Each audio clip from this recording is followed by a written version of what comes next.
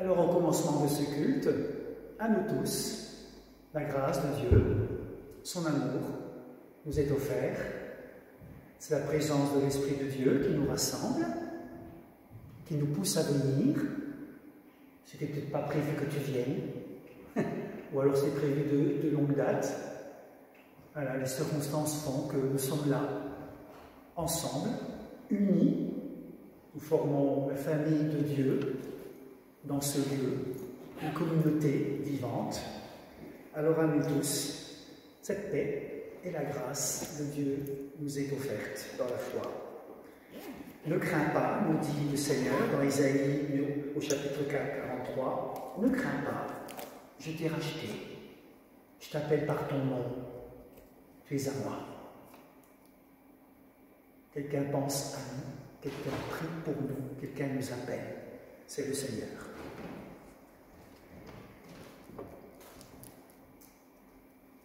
À la fin de l'évangile de Matthieu, Jésus, ressuscité, donne rendez-vous à ses disciples en Galilée.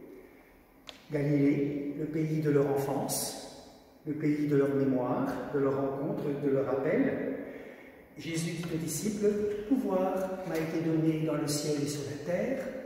Allez, faites de toutes les nations des disciples. » Vous connaissez la suite. Baptisez-les au nom du Père, du Fils et du Saint-Esprit. Enseignez-leur à garder tout ce que je vous ai prescrit. Je suis avec vous tous les jours jusqu'à la fin du monde. Une belle promesse. Alors c'est cette parole qu'on veut l'entendre ce matin. Le Christ est ressuscité. Il partage notre chemin. Il nous appelle à être des témoins. Cette parole est aussi une promesse. Le Christ est vivant. Au milieu de nous, certains utilisent cette promesse pour dire que là où 2 ou 3, alors soyons pas trop nombreux, 2 ou 3 ça suffit, ça nous déculpabilise, mais bon, il vaut mieux être à 3000 ou à 4000 qu'être à 2 ou à 3, non, c'est quand même mieux, même si on se dit voilà, à 2 ou à 3 c'est bien, mais à 3000 ou à 4000, voilà, c'est autre chose. Le peuple de Dieu se rassemble, le Christ est vivant, qu'il soit au cœur de ce culte.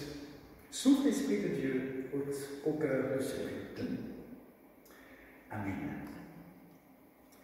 Et je vous invite à prendre le premier chant, tourner les yeux vers le Seigneur. Voilà, c'est numéro 153. On peut se lever, poser les yeux qui le souhaitent. Les 3 strophes. Les paroles du psaume.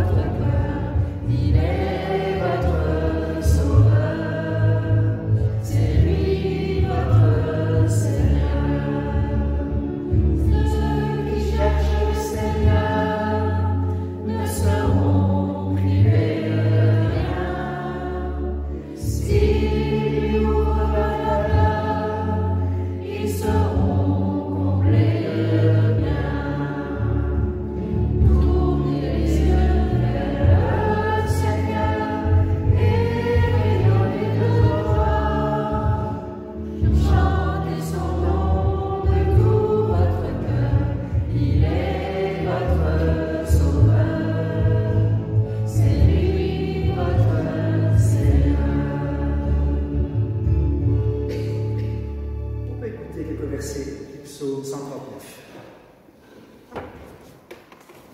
Seigneur, tu me sondes et tu me connais. Tu sais tout de moi. Que je sois assis ou que je me lève, tu comprends de loin tout ce que je pense. Tu sais quand je marche et quand je me couche, et tous mes chemins te sont familiers. Avant que ma langue dise une parole, déjà, ô Seigneur, tu la connaissais entièrement. Tu es devant moi et derrière moi. Partout tu m'entoures. Tu étends ta main sur moi. L'obscurité n'a plus rien d'obscur pour toi. La nuit resplendit comme le plein jour. Lumière aux ténèbres, c'est pareil pour toi.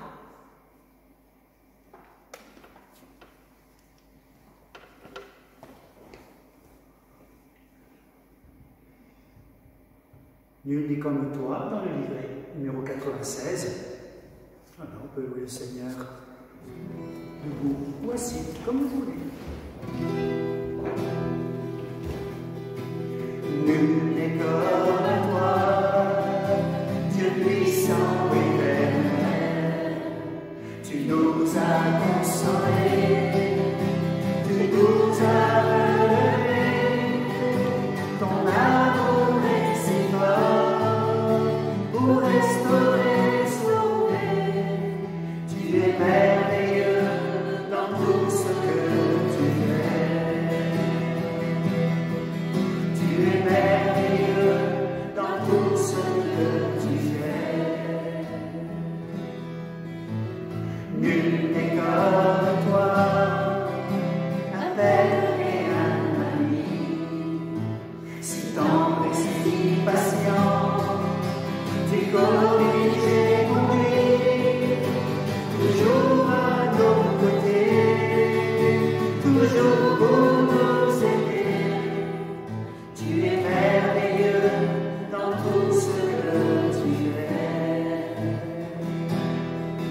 Tu es merveilleux dans tout ce que tu fais.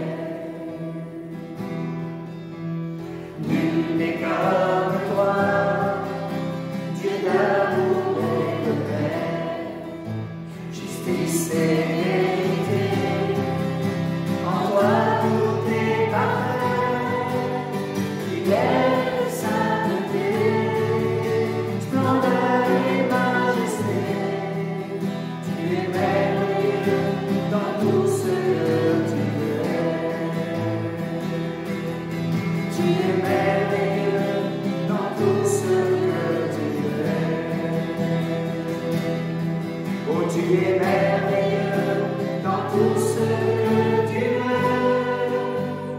Mon Père et mon Sauveur, mon ami, mon Seigneur, tu es merveilleux dans tout ce que tu es. Tu es merveilleux dans tout ce que tu es. Peut-être que pour certaines personnes, c'est difficile à dire. Tu es merveilleux dans tout ce que tu fais, parce qu'on a l'impression que Dieu est loin, que c'est pas beau ce qu'il fait, qu'on ne comprend pas. Mais nous sommes là ensemble pour que votre foi se fortifie, pour que la consolation vienne dans les cœurs et l'espérance. Alors on peut louer, Seigneur, tu es merveilleux dans tout ce que tu es, mon Père. Quel père va donner de mauvaises choses à son enfant? Il y a de bons papas ici, de très bons papas et de très bonnes mamans, et vous allez donner de bonnes choses à vos enfants. À combien plus forte raison, le Père du ciel donne de bonnes choses. On est là pour vous encourager. Tournez les yeux vers celui qui est le Père et le Seigneur.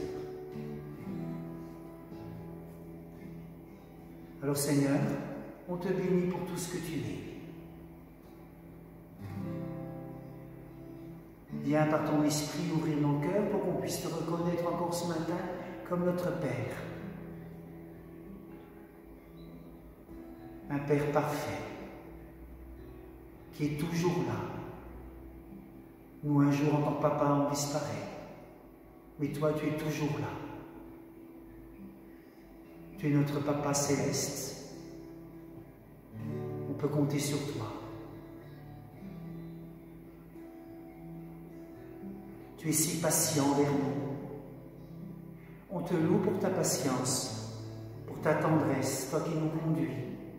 Même quand on ne le voit pas, ta main nous conduit. Merci pour tout ce qu'on a pu vivre cette semaine. Ton regard a été posé sur nous. Comme David le disait, il n'y a pas une parole qu'on ait pu dire sans que tu la saches déjà par avance.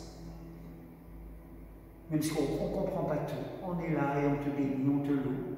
Toi, notre Père, tu nous as relevés. Merci. Tu nous as relevés, remis debout. Que grâce te soit rendue. Louange à toi, Père, Fils et Saint-Esprit. Amen.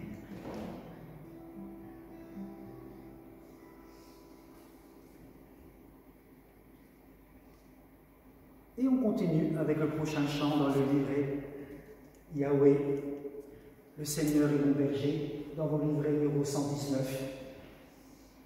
Entre le psaume 139 et le psaume 23, c'est les psaumes connus. Yahweh, qui veut dire le Seigneur en hébreu, le tétragramme que les Juifs ne prononcent pas. L'Éternel est mon berger. L'Éternel est mon berger, de rien je ne manquerai. Oh mon âme, chante mon âme, par sa pas il me conduit, au bord des eaux calmes je me suis. Oh mon âme, chante mon âme, et toujours le bonheur et la grâce m'accompagnent devant sa face, dans sa présence, tellement de joie, tellement de joie. Et tant qu'il se trouve près de moi, mon cœur, mon âme, tu me l'aggraves. Dans son temps, je me lèverai, je me lèverai.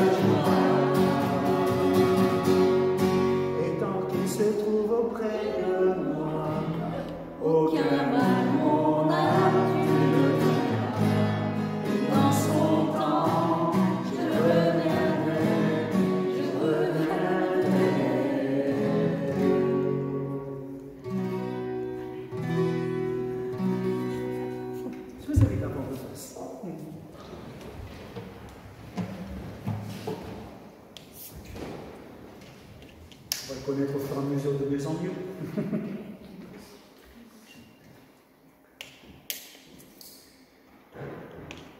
Et je vous invite à nous présenter devant Dieu,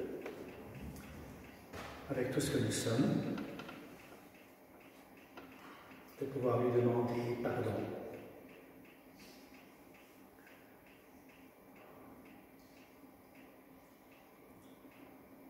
Seigneur, on vient de chanter que tu es notre berger. Et tu sais que parfois ça n'a pas toujours été le cas. Nous nous sommes pris nous-mêmes pour nos bergers. On n'avait pas envie d'être une brebis. Et on n'a surtout pas eu envie que toi tu sois notre bon berger. Alors pardon. Pardon parce que des fois nous sommes loin de toi, bon berger, dans les décisions que nous prenons, dans notre emploi du temps, dans tout ce que nous voulons être et faire. Nous faisons comme si tu n'existais pas, ou si peu. Tu vois nos peurs, tu vois tout ce qui nous habite ce matin.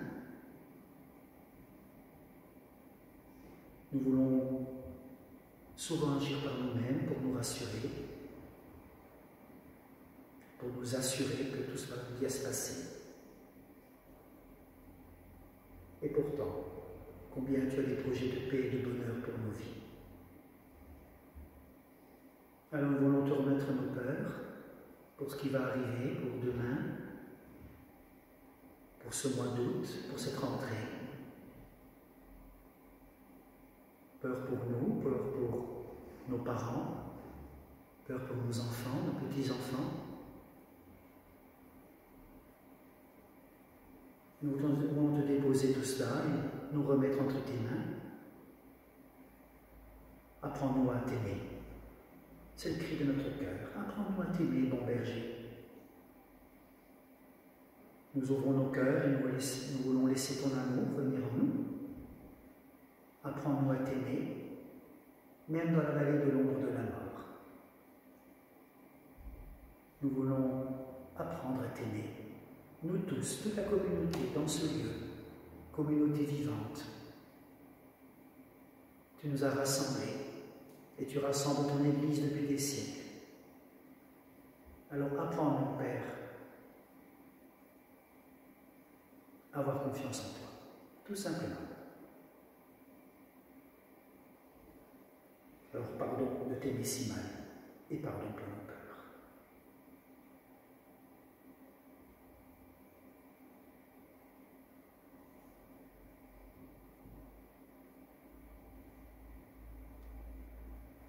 Et dans le silence, on peut confier à Jésus toutes ses peurs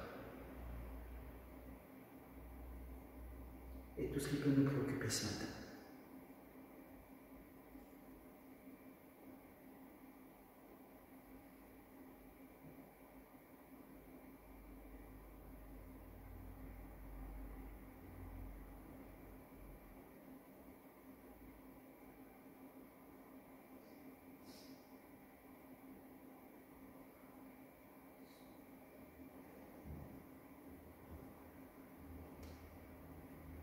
Et je vous invite à continuer ce temps de prière avec le 424.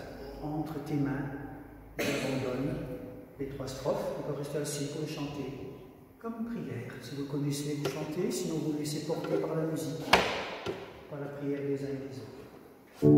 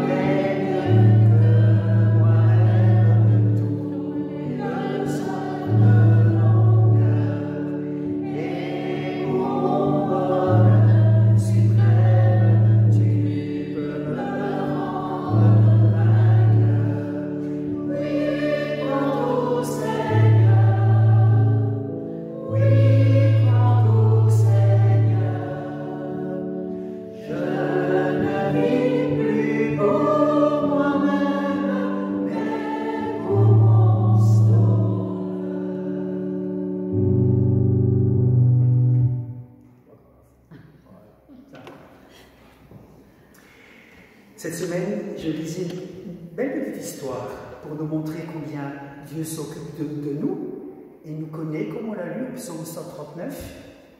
Je sais quand tu t'assieds, quand tu te lèves, je sais tout de toi, le psaume 139.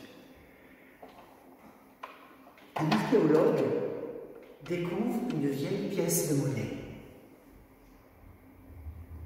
Elle est recouverte de terre, vous pouvez l'imaginer. Elle est oxydée, toute rongée par l'humidité.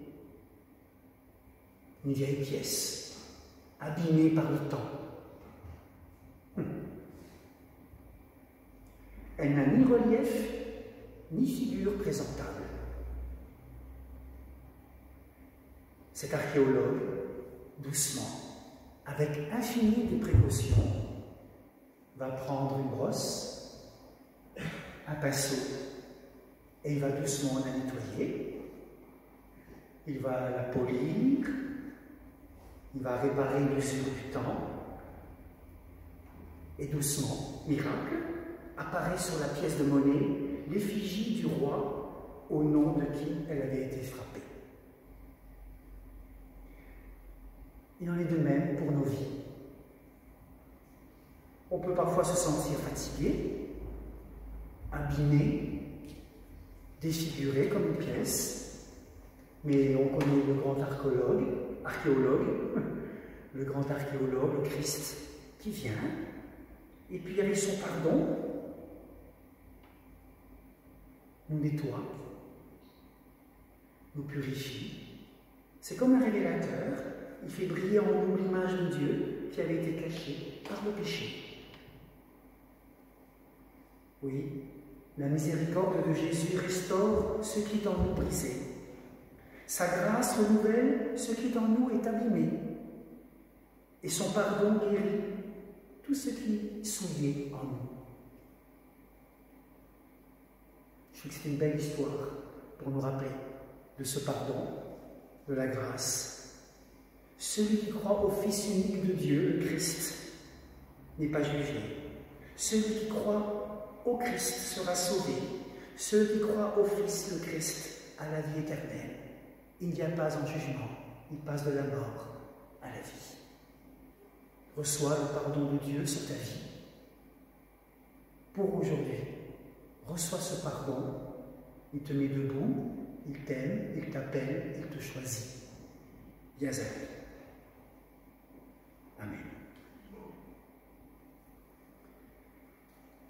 Et on va prendre le prochain chant. Je suis dans la joie. On peut se lever pour chanter. On l'a déjà chanté quelques fois. Je suis dans la joie. Une joie immense.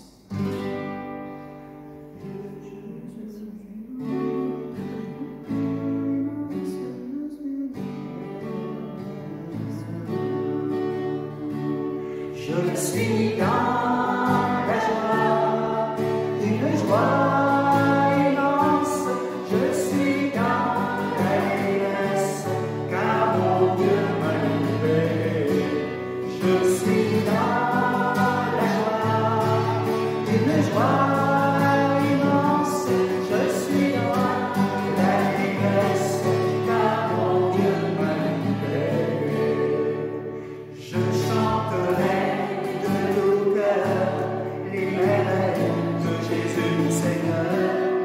il m'a ôté de lumière, il m'a délivré de tout péché.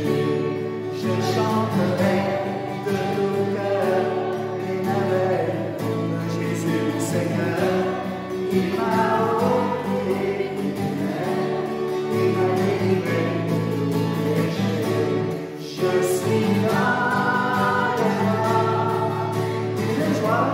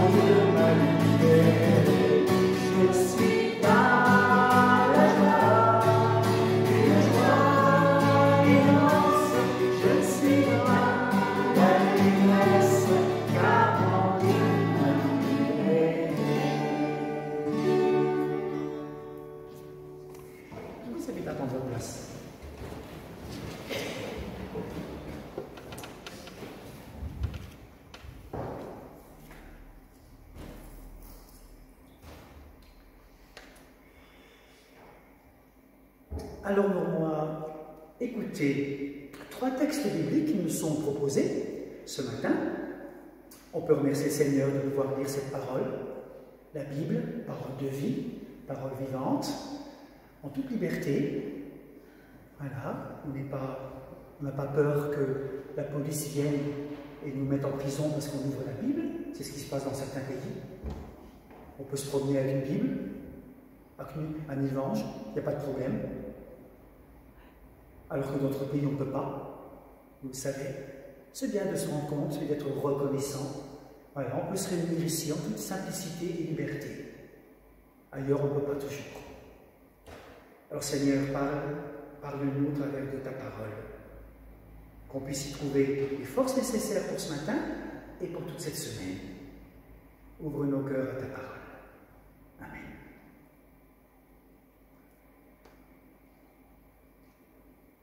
Ce matin, on va parler un petit peu de ces pierres qui sont là autour de vous. On va parler des pierres, de ce bâtiment. Certains l'appellent temple, d'autres églises, d'autres des salles. Peu importe la confession à laquelle on est, ça dépend des sensibilités spirituelles. On va parler un petit peu du temple que nous sommes nous, surtout, c'est ça le plus important. D'abord dans Ésaïe, au chapitre 43, quelques versets, et puis ensuite Romains 6. Je ne sais pas qu'est-ce qu'il doit nous dire. Ah ben c'est Marie-Thérèse. Ésaïe 43.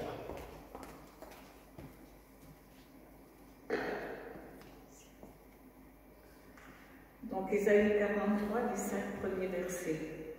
Peuple de Jacob, maintenant ton Créateur, lui qui t'a formé, Israël, le Seigneur te déclare. N'aie pas peur, je t'ai libéré, je t'ai appelé personnellement, tu m'appartiens. Quand tu traverseras l'eau, je serai avec toi. Quand tu franchiras les fleuves, tu ne t'y noieras pas. Quand tu passeras à travers le feu, tu ne t'y brûleras pas. Les flammes ne t'atteindront pas. Car moi, le Seigneur, je suis ton Dieu. Moi, le Dieu saint d'Israël, je suis ton sauveur. Je donne l'Égypte pour payer ta libération, l'Éthiopie et Séba en échange de toi. Oui, tu es précieux à mes yeux. Tu as de la valeur pour moi et je t'aime. Donc, je donne des peuples à ta place, des êtres humains en échange de toi. N'aie pas peur car je suis avec toi.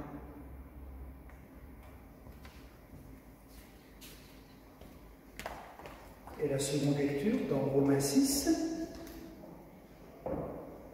C'est un passage un peu compliqué, mais on pourrait prendre l'exemple. Notre vieille vie, c'est comme un vêtement sale qui est collé à nous. Et par le baptême, c'est comme si on plongeait avec Jésus dans sa mort. Ce vieux vêtement est enterré avec lui, et quand on ressort, c'est comme un habit neuf et propre pour une nouvelle vie. On n'est plus attaché à la saleté, au péché. La saleté est restée au fond, avec l'ancien vêtement. Et désormais, on vit une vie nouvelle avec Jésus. Comme lui, il est vivant, comme lui, il est ressuscité. Alors voilà ce verset. Ne savez-vous pas que nous tous qui avons été plongés en Jésus-Christ par le baptême, nous avons été plongés dans sa mort? Par le baptême, donc, nous avons été mis au tombeau avec lui pour être associés à sa mort, afin que, tout comme le Christ a été ressuscité d'entre les morts par la puissance du Père, nous aussi, nous vivions d'une vie nouvelle. En effet, si nous avons été unis à lui par une mort semblable à la sienne, nous serons également unis à lui par une résurrection semblable à la sienne. Sachons bien ceci, l'être humain que nous étions auparavant a été mis à mort avec le Christ sur la croix, afin que notre solidarité avec le péché soit brisée et que nous ne soyons plus esclaves du péché. car celui qui est mort avec le Christ devient juste et il s'éloigne du péché. Si nous sommes morts avec le Christ, nous avons confiance que nous vivrons aussi avec lui. On parlera un petit peu de tout ça dans le message avec le temple. On va prendre le prochain chant, Viens Esprit de sainteté. On peut se lever pour le chanter, le strophe.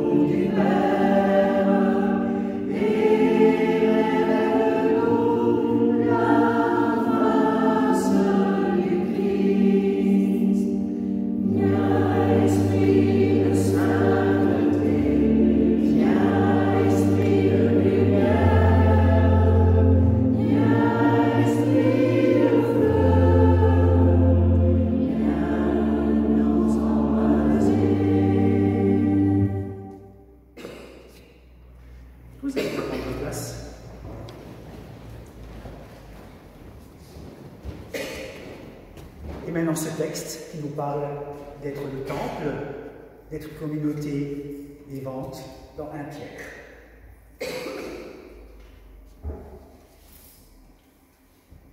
Rejetez donc toute forme de méchanceté, toute ruse, ainsi que l'hypocrisie, la jalousie et les calomnies. Comme des enfants nouveau-nés, désirez avec ardeur le lait pur de la parole de Dieu, afin qu'en le buvant, vous grandissiez jusqu'au salut. En effet, vous avez goûté combien le Seigneur est bon. Approchez-vous du Seigneur, la pierre vivante rejetée par les êtres humains, mais choisie et précieuse aux yeux de Dieu.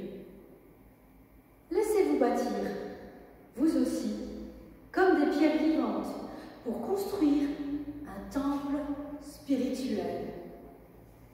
Vous y formerez une communauté de prêtres appartenant à Dieu. Vous lui offrirez des sacrifices spirituels qu'il accueillera avec bienveillance par Jésus-Christ. Car il dit dans l'Écriture, « Voici que je place en Sion une pierre d'angle. Je l'ai choisie, elle est précieuse. Et celui qui met sa foi en elle ne sera jamais déçu. » Cette pierre est d'une grande valeur pour vous, les croyants, Mais pour les incroyants, comme le dit l'Écriture, la pierre que les bâtisseurs ont rejetée est devenue la pierre d'angle. Et ailleurs, il est dit encore, c'est une pierre qui fait trébucher, un rocher qui fait tomber. Ces personnes trébuchent parce qu'elles refusent d'obéir à la parole de Dieu et c'est ce qui devait leur arriver. Mais vous êtes la lignée choisie, la communauté royale de prêtres, la nation qui appartient à Dieu, le peuple qu'il a fait sien. Il vous a appelé à passer de l'obscurité à son admirable lumière, afin que vous alliez annoncer ses œuvres magnifiques. Autrefois, vous n'étiez pas un peuple. Maintenant, vous êtes peuple de Dieu. Autrefois, vous étiez privé de bonté, mais maintenant, la bonté de Dieu vous a été accordée.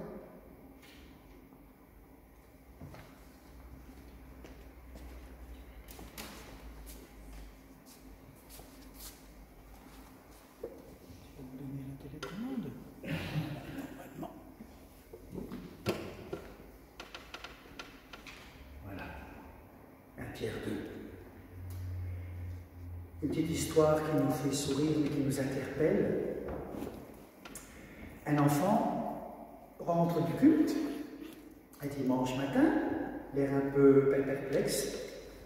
Il demande à sa maman, il dit « Maman, pourquoi le pasteur parle qu'on est des pierres vivantes, il parle du temple, il veut qu'on construise une maison ou quoi ?»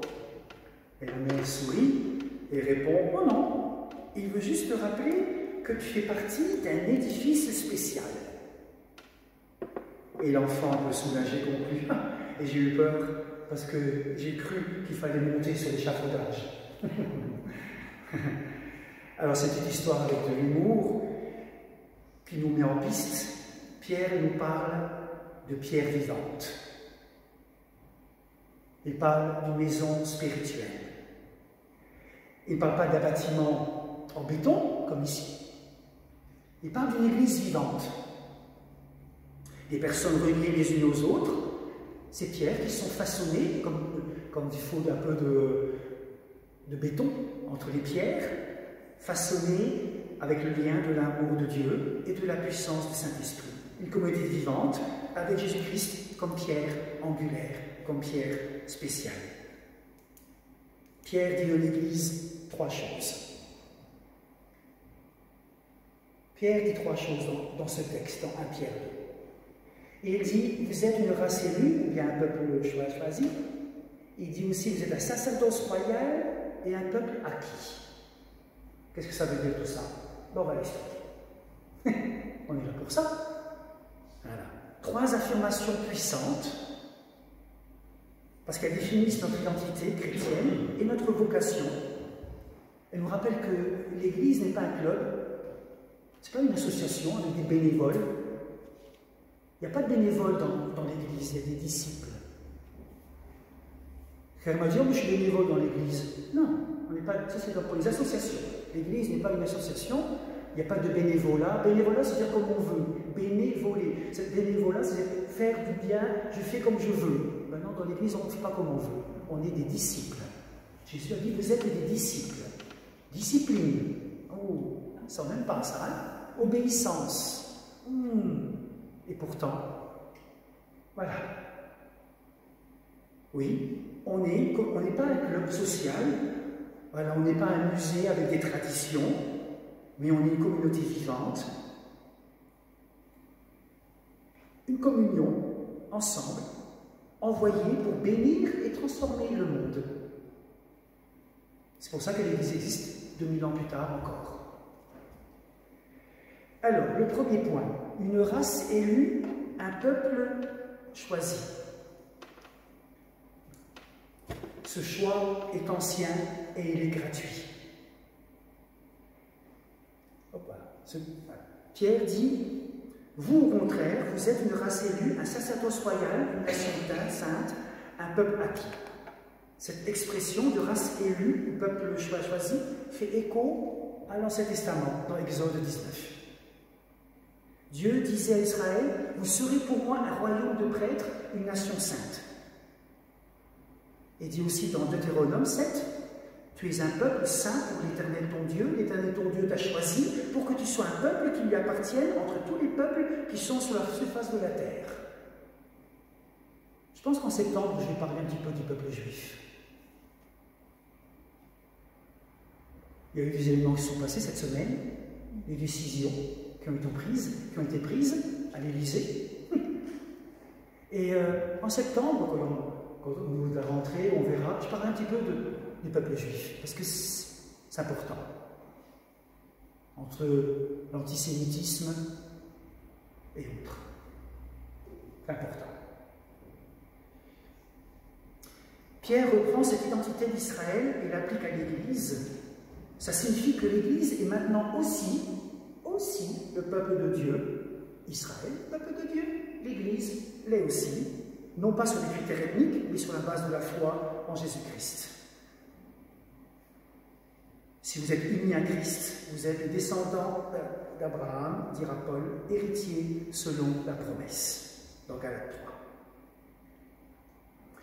Être choisi ne veut pas dire que nous sommes meilleurs et plus méritants.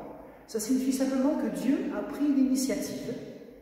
Comme Jésus l'a dit à ses disciples, ce n'est pas vous qui m'avez choisi, mais moi je vous ai choisi, je vous ai établi afin que vous alliez et que vous portiez du fruit. C'est le Christ qui nous a choisi, Jean 15. C'est une grâce pure. Paul écrit, « Il nous a élus avant la fondation du monde pour que nous soyons saints, irréprochables devant lui, dans l'amour. » Et le fait d'être choisi, d'être son peuple, comme le peuple juif, ça a des applications spirituelles. Ça nous donne une identité. Une identité stable, dans un monde où beaucoup cherchent leur valeur dans le travail, dans le statut social, dans leur performance. Dieu nous rappelle, tu as de la valeur, non pas parce que tu as réussi, mais parce que je t'ai choisi. On l'a lu dans Ésaïe 43, dans le psaume 139. Je t'ai appelé, je t'ai choisi, je t'appelle par ton nom. Par le baptême, il nous appelle. Ça nous donne une identité stable et ça donne aussi un appel à la reconnaissance. Être choisi produit de l'humilité et de la gratitude. Nous ne sommes pas là par hasard, nous sommes le fruit d'un appel divin. Être choisi. Quand je réfléchissais à ça, je pensais à moi, peut-être à toi, quand tu étais un peu plus jeune, lorsque les groupes d'enfants forment des équipes de sport. Vous voyez où je veux en venir? Chacun craint de ne pas être choisi. Tu te souviens que tu as été choisi peut-être le dernier ou la dernière. Oh non, pas lui, pas dans mon équipe. Sinon c'est la cata. Pas elle. Pas elle quand même, non.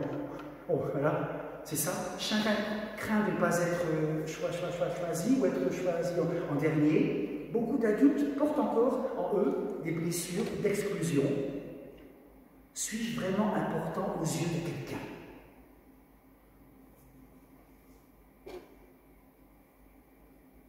Et heureusement, Dieu fait l'inverse.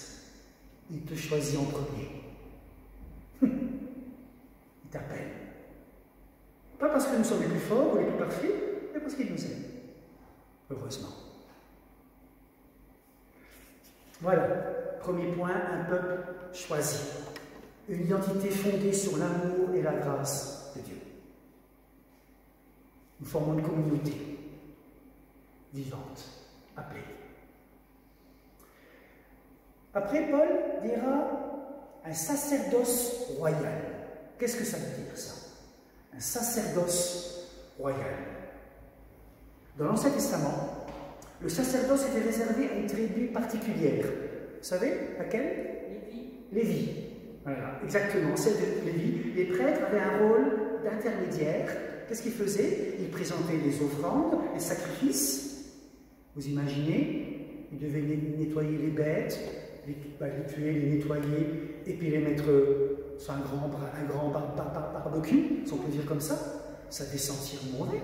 Toutes ces bêtes qui brûlent, c'était pas évident de sentir tout ça dans le temple. Il présentait des sacrifices, il priait pour le peuple, il bénissait au nom de Dieu. Mais tout le peuple d'Israël était déjà appelé à être un royaume de prêtres. Dans Exode 19, vous serez pour moi un royaume de prêtres, une nation sainte. Avec Jésus, tout change.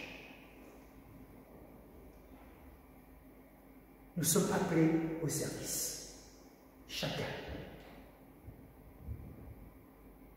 Pas des personnes spécifiques, tous. Pas seulement le prêtre, le pasteur, le responsable, ou le conseil, ou je ne sais pas qui. Tous appelés. Pourquoi? Parce que le Christ devient le grand prêtre. Pardon, excusez-moi. Parce que le Christ devient le grand prêtre, parce que son sacrifice unique le rend caduc les sacrifices répétitifs, parce que le Christ ouvre la voie pour tous les croyants avec un accès direct auprès du Père. Oui, l'Église devient un sacerdoce royal. Qu'est-ce que ça signifie, royal? Ça veut dire que nous ne sommes pas de simples prêtres, nous sommes un sacerdoce royal. Ça signifie que nous dépendons du roi des rois, de Jésus-Christ.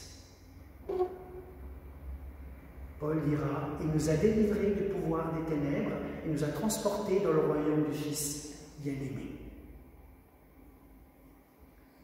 Notre prêtrise n'est pas seulement un rôle cultuel, mais aussi royal. Nous participons à la mission et à l'autorité de Jésus. Voilà l'appel et le service. Nous sommes appelés à intercéder, à servir avec les autres, à annoncer l'Évangile, à exercer les charismes, la grâce de Dieu, la grâce, les dons de l'Esprit. Oui, le Saint-Esprit joue un rôle central dans ce sacerdoce et nous équipe pour cette mission avec les dons, avec le fruit de l'Esprit, la paix, la joie, la bonté, la patience. Et nous pousse aussi à l'audace pour témoigner. Vous serez mes témoins dans toute la Judée et la Samarie.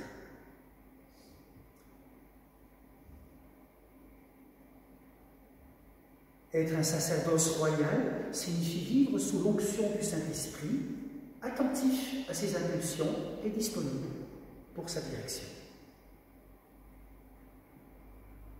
Imaginez quelqu'un qui travaille, un employé, une secrétaire, une infirmière, un prof, qui chaque matin consacre quelques minutes à prier pour ses collègues,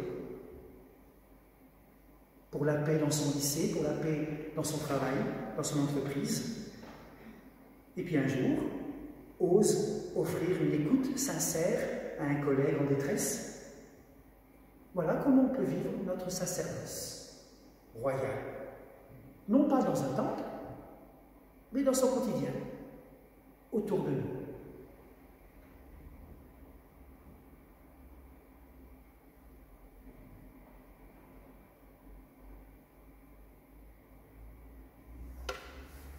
Et enfin, nous avons vu la race élue, le peuple choisi, le sacerdoce royal. Maintenant, un peuple acquis. Qu'est-ce que cela signifie? Vous êtes une nation sainte, un peuple acquis. Au verset 9.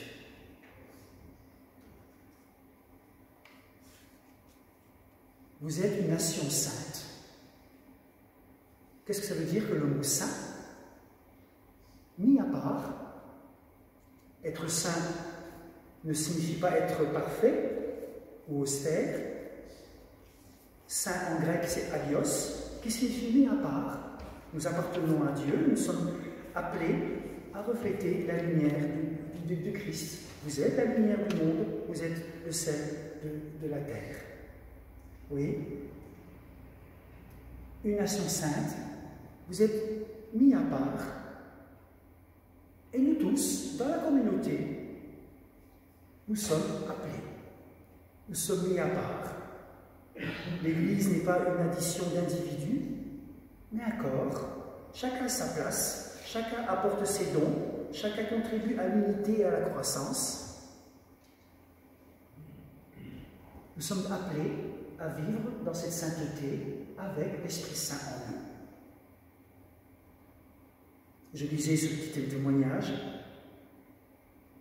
Une femme témoigne. Après un conflit familial douloureux, elle avait juré de ne jamais parler à sa sœur. Mais en priant,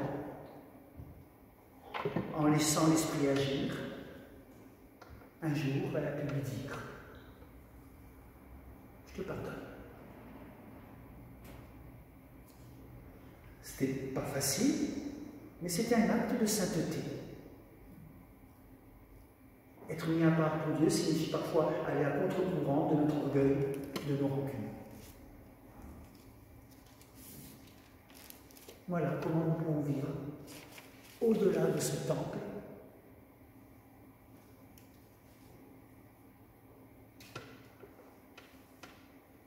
L'Église est vivante. Nous avons été choisis. Tu as été choisi. À toi d'offrir, comme le prêtre faisait, ce sacerdoce royal avec l'Esprit de Dieu, vivre au quotidien, équipé par sa présence. Tu es une nation sainte.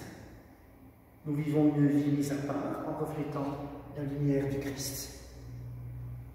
Voilà, peuple choisi, nous recevons l'amour gratuit de Dieu, un sacerdoce royal équipé par l'Esprit Saint pour bénir et servir, et une nation sainte, vivre une vie qui reflète la lumière du Christ.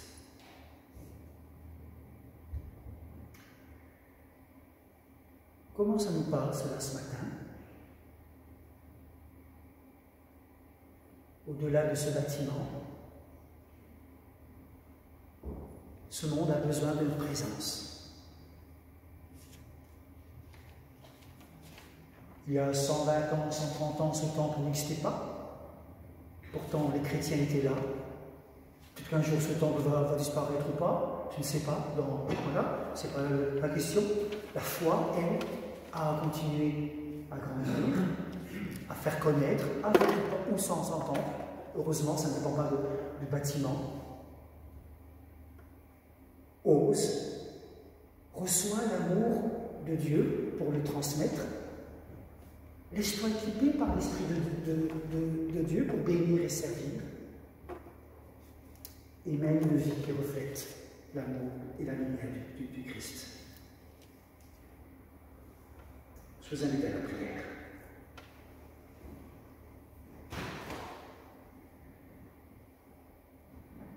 Seigneur Jésus, merci de nous avoir choisis avant la fondation du monde.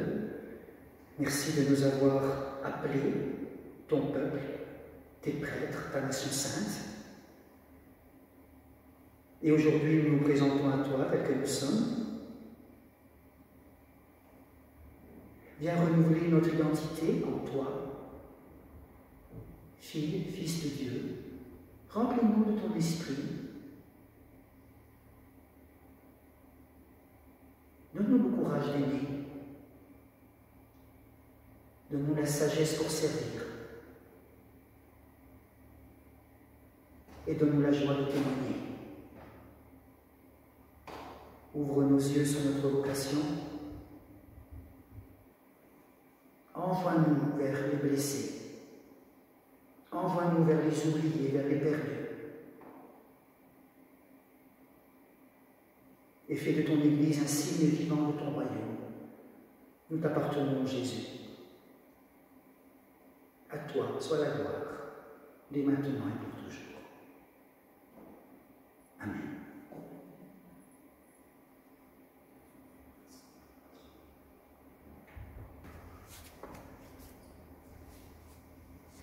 Et je vous invite à prendre ce chant, qui est l'un des fidèles et tendres, que vous connaissez. Nous avons en Jésus-Christ les 3 strophes.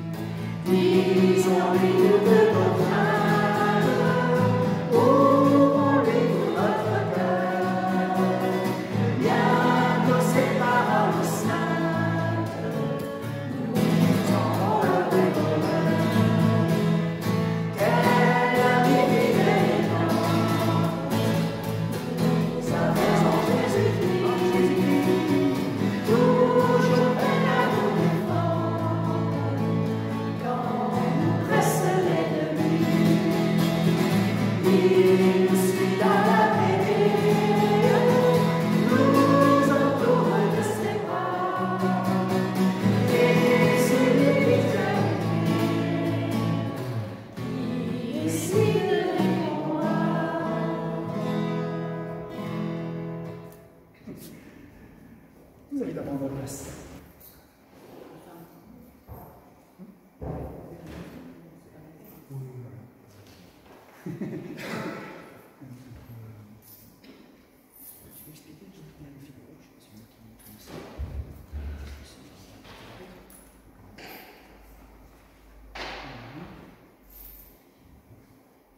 Il y en a qui ont froid. Plutôt humide. Voilà. Merci au Seigneur pour ce que nous avons et qui nous donne la sagesse de bien l'utiliser. Amen. Alors, ça va être le mot fil rouge. Alors, fil rouge, je vais rappeler très brièvement pour les personnes qui ne savent pas, c'est un email de prière de l'Église persécutée que vous pouvez recevoir sur votre boîte mail tous les mercredis. Donc il suffit d'aller sur porteouverte.fr, je crois, ou .org, je ne sais plus, .fr ou .org. Vous vous inscrivez à la newsletter et tous les mercredis, vous recevrez un point sur la situation de l'Église persécutée. C'est l'ONG Portes Ouvertes qui est domiciliée à Strasbourg. Mulhouse. Strasbourg, Mulhouse, je ne sais pas. Et pour celles et ceux qui se souviennent, on avait fait un culte pour l'Église persécutée, ça avait eu lieu le 17 novembre. Aujourd'hui, je vais vous parler d'une situation qui s'est déroulée au Tchad. C'était un samedi matin, fin juin, un samedi matin comme un autre, au Tchad.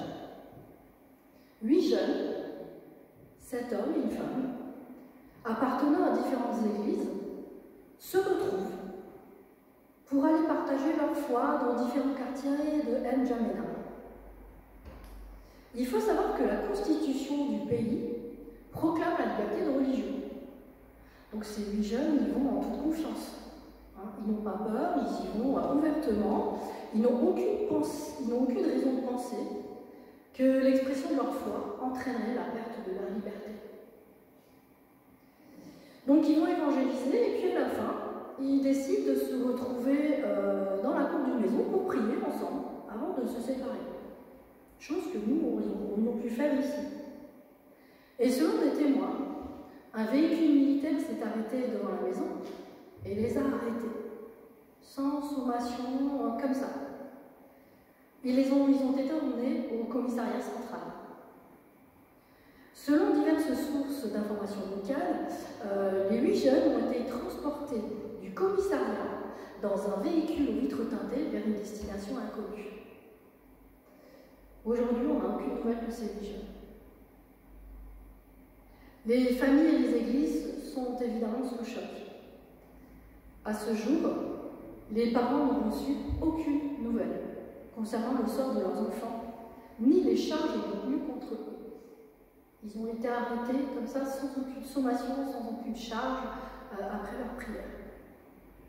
D'autres chrétiens ont confié aux partenaires de Portes Ouvertes avoir été victimes de menaces et d'arrestations pour avoir partagé l'Évangile.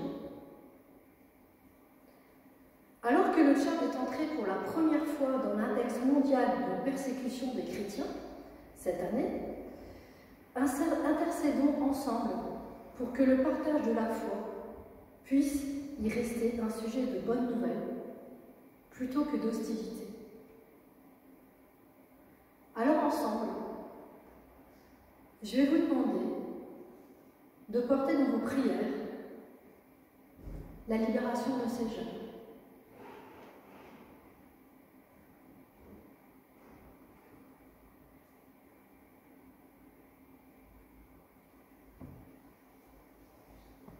Ensemble également, prions pour que Dieu accorde sa paix et son réconfort à leur famille.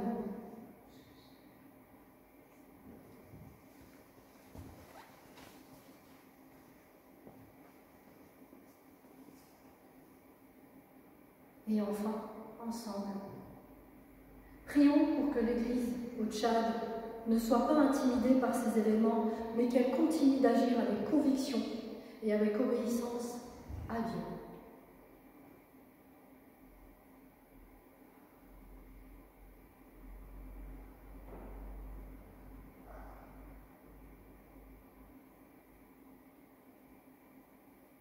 Et ensemble, prions. Notre Père,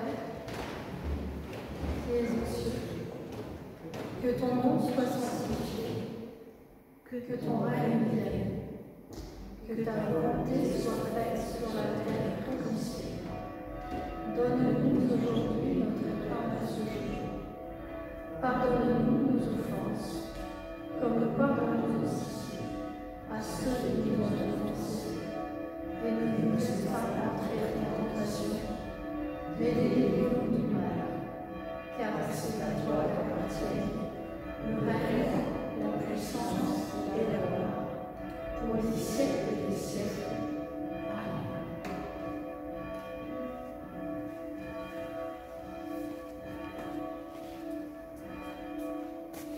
Continuerons à porter durant toute cette semaine ces étudiants tchadiens. Prions pour la paix et le réconfort de ces églises au Tchad, qu'elles puissent être toujours convaincues et obéissantes. Merci. Et puis si vous voulez avoir plus d'informations, vous appelez portesouvertes.fr, vous pouvez avoir. C'est une communauté vivante. Nous prions aux proches comme nous loin. Mon frère, ma sœur, reçois la bénédiction de la part de Dieu. Ce que ton œil a vu, ce que ton oreille a entendu, ce que ta voix a chanté, ce que ton cœur a prié, garde-le et partage-le. Dieu est un Dieu qui se laisse trouver. Il est proche de ceux qui ont le cœur brisé. C'est un Dieu de grâce, de miséricorde. Il te bénit et il te garde. Va dans sa paix. Amen.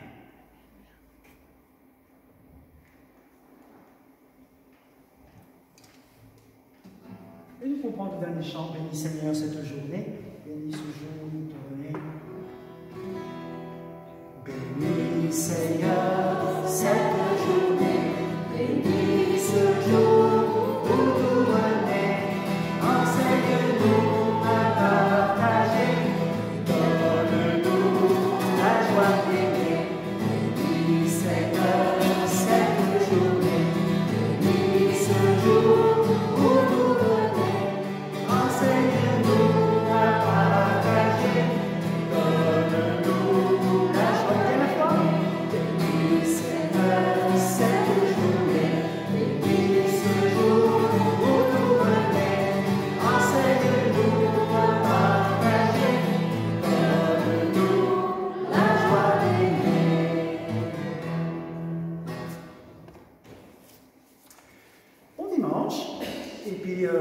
à bientôt. Il y a un petit café qui vous attend.